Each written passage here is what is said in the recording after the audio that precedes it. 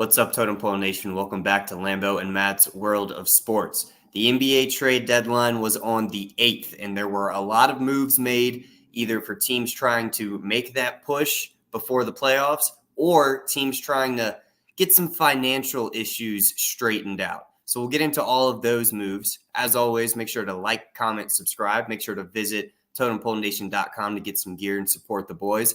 And as always, shout out to Sideline Sports Network. Let's get into the trades right now.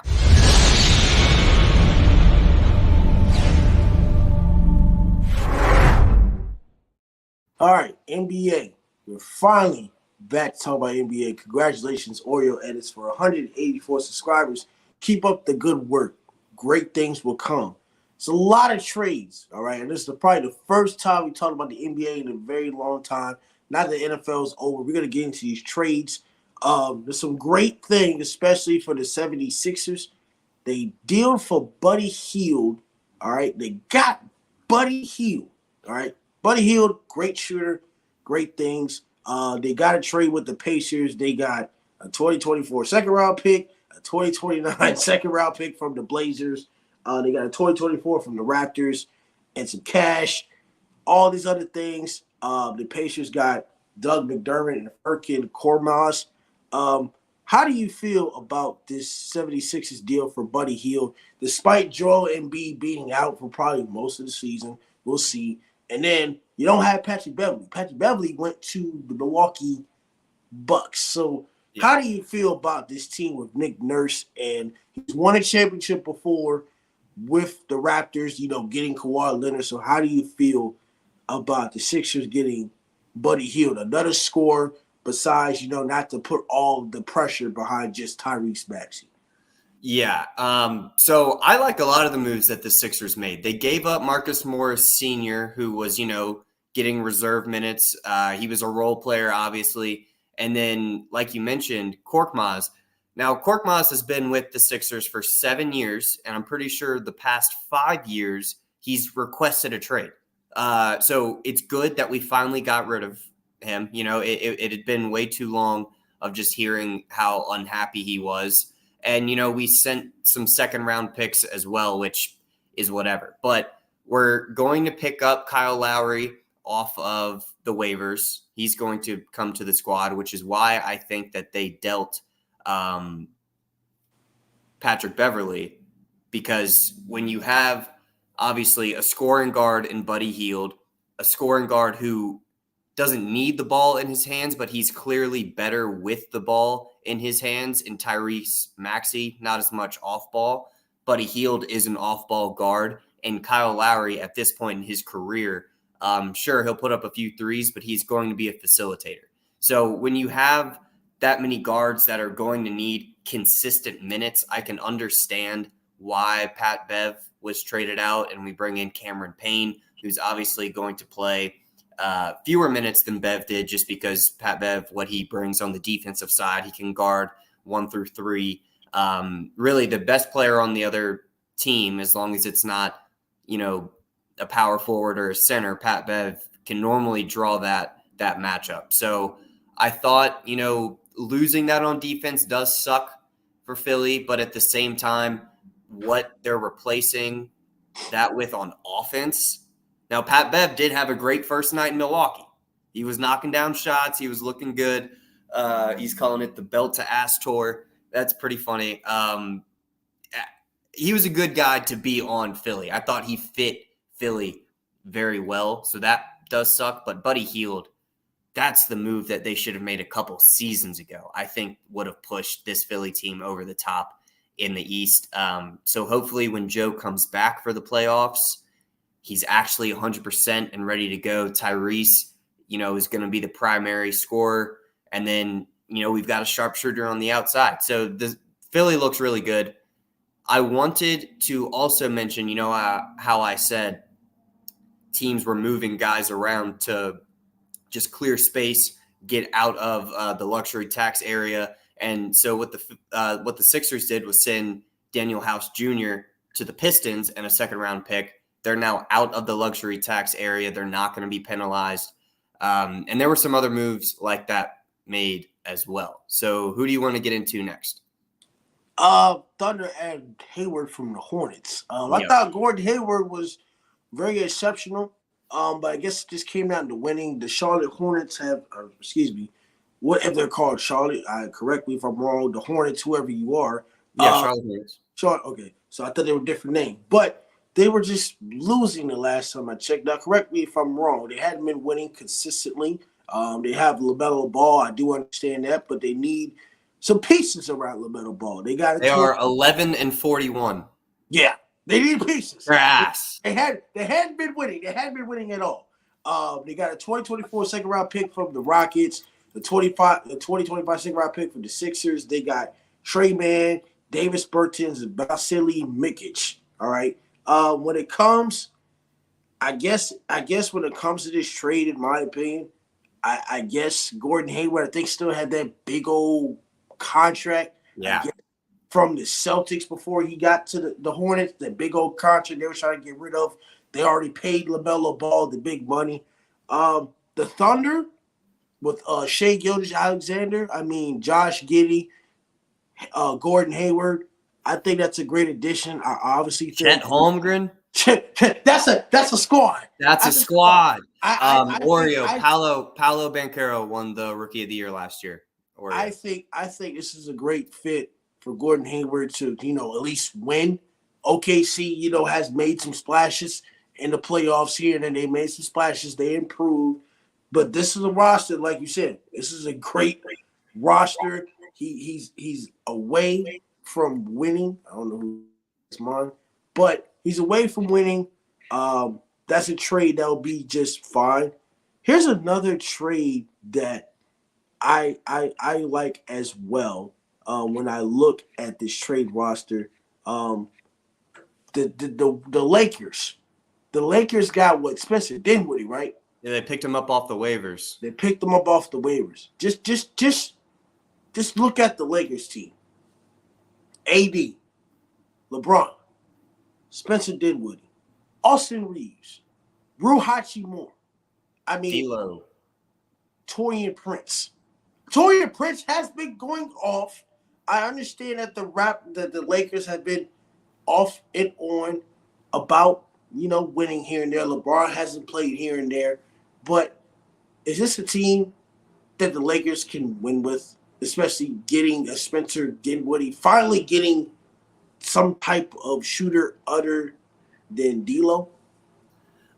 This is a better team than last year, I think, on paper at least. It's a better team than last year, and they went to the Western Conference Finals last year. So do I think that they're now like the favorites in the West? No, but it's LeBron and AD. I'm not, going to be the one that bets against them. I've obviously been very outright I'm a huge LeBron fan, and I think, like you said, Spencer coming to the team does nothing but space that floor out even more when, they've got not as much AD anymore in the past few years, but Austin Reeves can shoot. Bron has obviously been having one of the best 3-point years of his career last year and this year. Obviously, Spencer's now in the mix. D'Lo's in the mix. Like, they've got guys that can shoot all around the floor. Christian Wood, a guy that doesn't get enough shine off the bench. He's going to be, I think, a really big part of this team going forward as well. I just think, and Rui as well, he has his nights.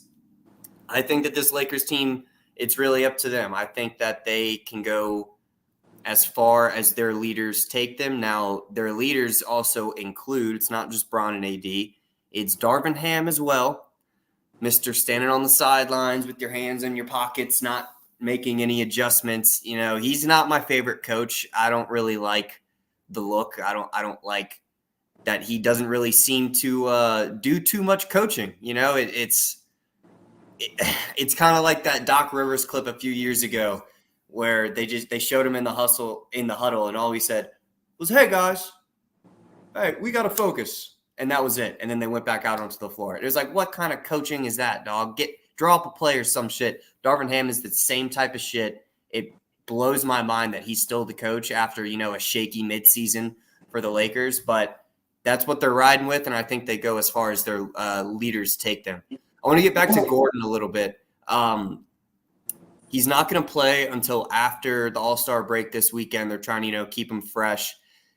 The Thunder sent out Trey Mann, Davis Bertans, and Micic, like you said. So they're not really losing much in production. And when you think about a veteran that averages, 15 a game, when you have one MVP candidate in Shea, a Rookie of the Year, it's either 1A, 1B with Chet or Victor Wembanyama.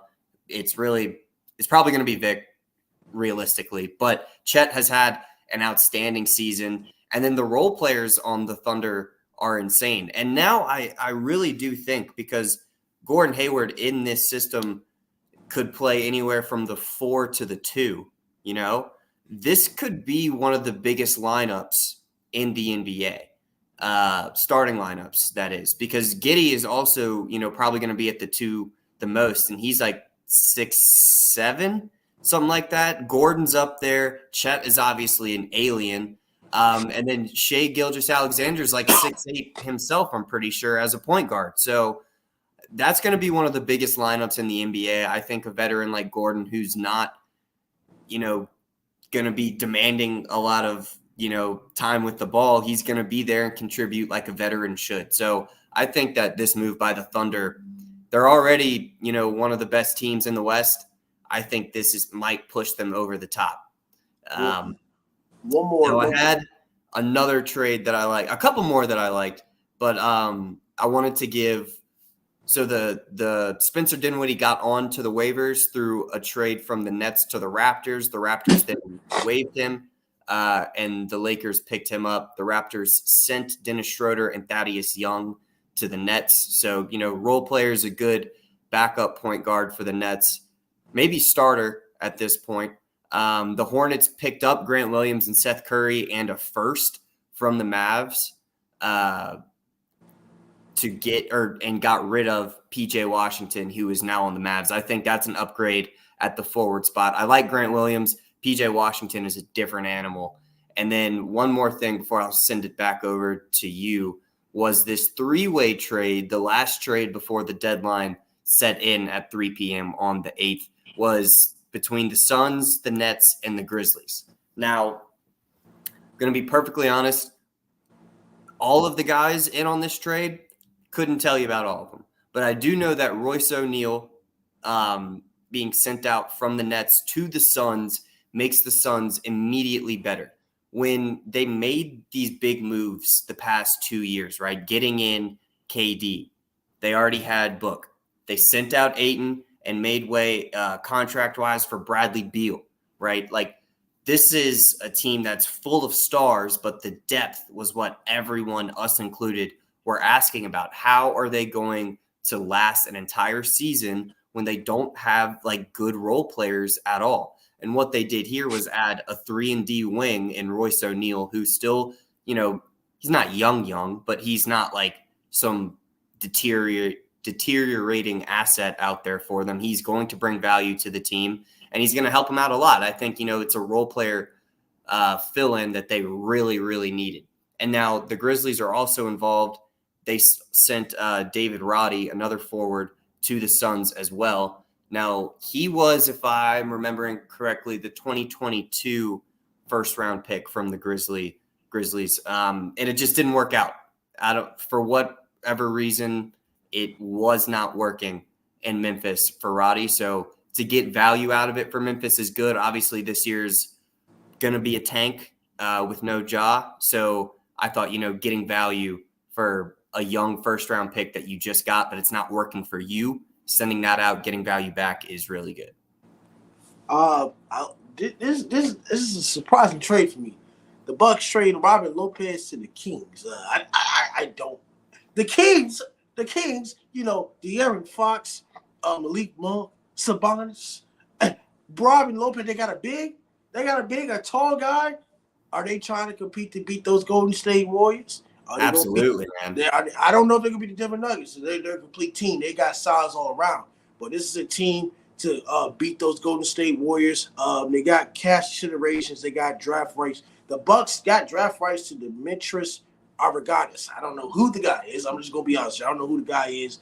When it comes to the Bucks, Don't know how I feel about Doc Rivers, coaching the Bucks mid-season. I don't know. It started off bad. It has started off very bad. It's bad. I don't know how to tell you who's going to improve, but I think who won this trade is also the Kings. Now, Yeah. When it comes to the Warriors, the Pacers also acquired Corey Joseph. Corey Joseph has been a veteran all around the NBA for a very long time. Obviously, they got a 2025 second-round pick, and the Warriors received a second-round pick, a 2024 second-round pick. I mean, just the fall off of Klay Thompson, I don't know if this big three will be together anytime soon. I'm not giving up on them, but this Warriors team with the Draymond being suspended for a while and them constantly struggling on defense and the bench guys like Kuminga hadn't really stepped up, I'm not sure how I feel about this Warriors team. They need to draft somebody. Now, Steph Curry is going to be Steph Curry.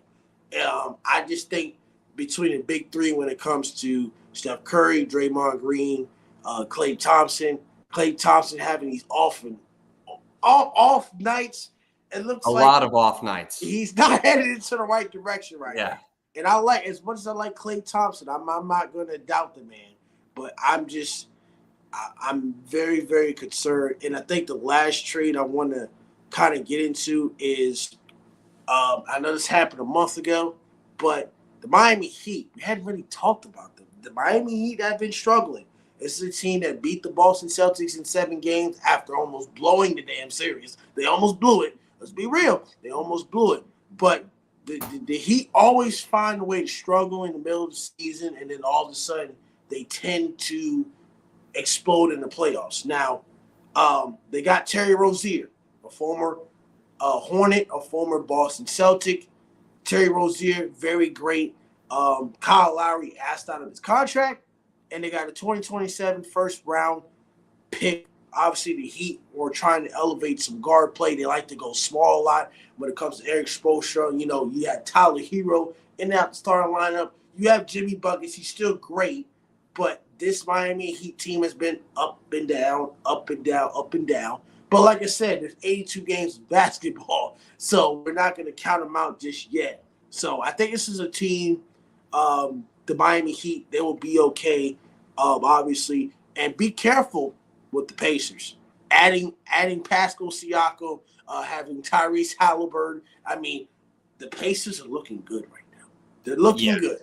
I'm not high on them. I'm not sold on them just yet. They were close to almost winning the in-season tournament, but just the big name players, Kyle Lowry, out of his contract. I think he's back with Nick Nurse with the 76ers. He's back with him, a former veteran guy. Pascal Siakam, a great guy. Used to coach with Nick Nurse, but with the Indiana Pacers, hey, man, that's all I got.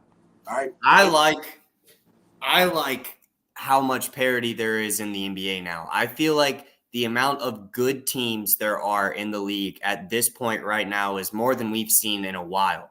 I feel like the East is deep, and even when you think about guys that are struggling, but we expect to make a run, the Heat in the past, since Jimmy's been there, really, regular season, they really haven't been, there's a few exceptions, but in the regular season, they really haven't been that powerhouse in the East, like I said, minus a couple exceptions in there, but they've always made noise in the playoffs. They've always made their runs, and it doesn't matter if they're getting in with, the 6th seed in the East. You better not play them in the playoffs because Jimmy, and Eric Spoelstra knows how to draw it up, but Jimmy will turn on another gear, and he's into it. I wanted to get back to the Kings one more time before we get out of here. The spacing that they're now going to have is insane because Sabonis, we know, can play center, but is more of a true power forward, right? And he can score from everywhere. Who else can score from everywhere is Lopez. He is one of the best shooting bigs in the league, and they can actually play him at the center. Sabonis can be at that power forward, and we know that they have talent elsewhere on that team as well. De'Aaron Fox obviously is leading the team with 26 points a game this year. Malik Monk at the 2. Keegan Murray and Harrison Barnes are splitting time at the 3 spot, averaging 15 and 12 points respectively. So This Kings team, man, it's what I'm saying. The league has so many good teams right now. And I think, like the weak part of this Kings team would just be like they have 2 stars. And if that's your weak point is that you have 2 stars, I think you're definitely on the right track of success in the coming years in this NBA right here.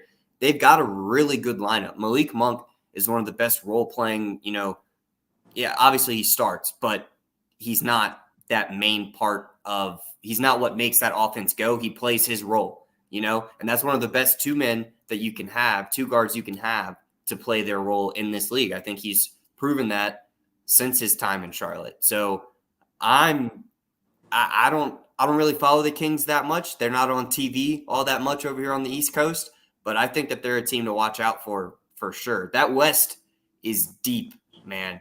The West is very deep. Now, the East is deep too, but the West, it's going to be a fight. I think a team that's in the play-in, so that's 1 through 10. I think anybody 1 through 10 can make a run. Now, who do I think can actually win?